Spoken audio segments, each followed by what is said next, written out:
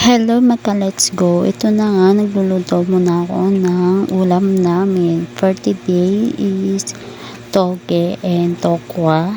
And may kasama ding prito. Ayan muna yung lulutuin ko. Yan muna inuna ko, tokwa, at mamaya ay nag-iwan ako ng bawang, sibuyas, and kamatis. Si mama na ng malengke at ako naman ay nagluto na para naman ay meron na akong ma-vlog. At yan na nga iba-vlog ko ngayon. Yan, naghihiwa na pala ako ng bawang, sibuyas at kamatis. At isasabay ko na yan sa pagluluto ko. Pagkatapos ko maluto yung tokwa, ay pinatay ko muna yung kalat at naghiwa muna ako ng bawang, sibuyas, kamatis. Kasi mamaya mamaya baka magmadali na naman ako na nagluto niyan kasi baka sabihin na naman ng kapatid ko ay di na naman ako nagluluto. Siya lagi kasi pinaluluto dito kasi masarap daw siya magluto. Kaya siya na yung pinaluluto namin. Habang naghihiwa ako dyan ay binuksan ko na pala yung kalan ay para mapainit din yung kawalit tsaka mantika.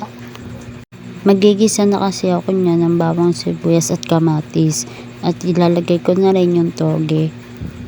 Madali lang naman yan iluto. Kung sa inyo ay, lalo na sa mga pagkuhan ay nahihirapan, madali lang yan. Magsabi lang kayo sa magulang nyo kung di kayo marunong magluto at magtanong kayo kung ano yung mga ingredients at tuturuan nila kayo.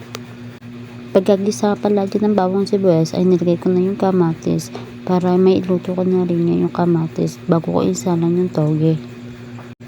Lutuin nyo mabuti yung kamatis para yung katas niya yung magiging sabaw niya. Ayun pala, nilagay ko na yung toge dyan. At medyo madami-dami naman yung pagkalagay ng toge para marami din makain, diba?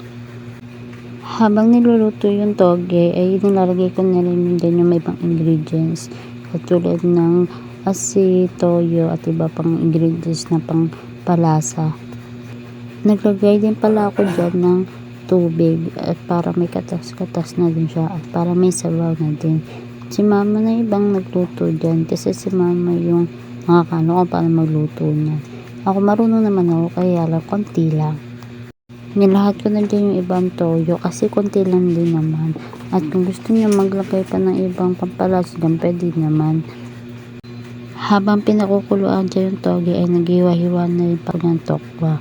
Yan kasi yung magiging sahog niyan. Pagpasensyahan nyo na pala kung yung background ko na voice over ay maingay kasi yung LNC namin yan maingay talaga. Ewan ko ba kung bakit ganyan. Meron kasing LNC na hindi naman maingay. Pinalagay niya pala ni mama yung tokwa sa toge para ipagsama na at may yalo ng maayos.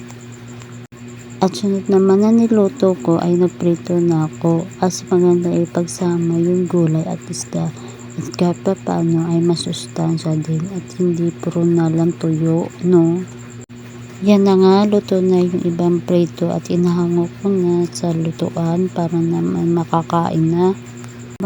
Habang nakasalang naman yung niluluto ko at kumakain na sila. At ako naman ay nagluluto pa ako kasi tinatapos ko pa to. Wala guys, ay tapos na rin ako magluto at naluto na yung ulo at maraming salamat. Yun na lang muna.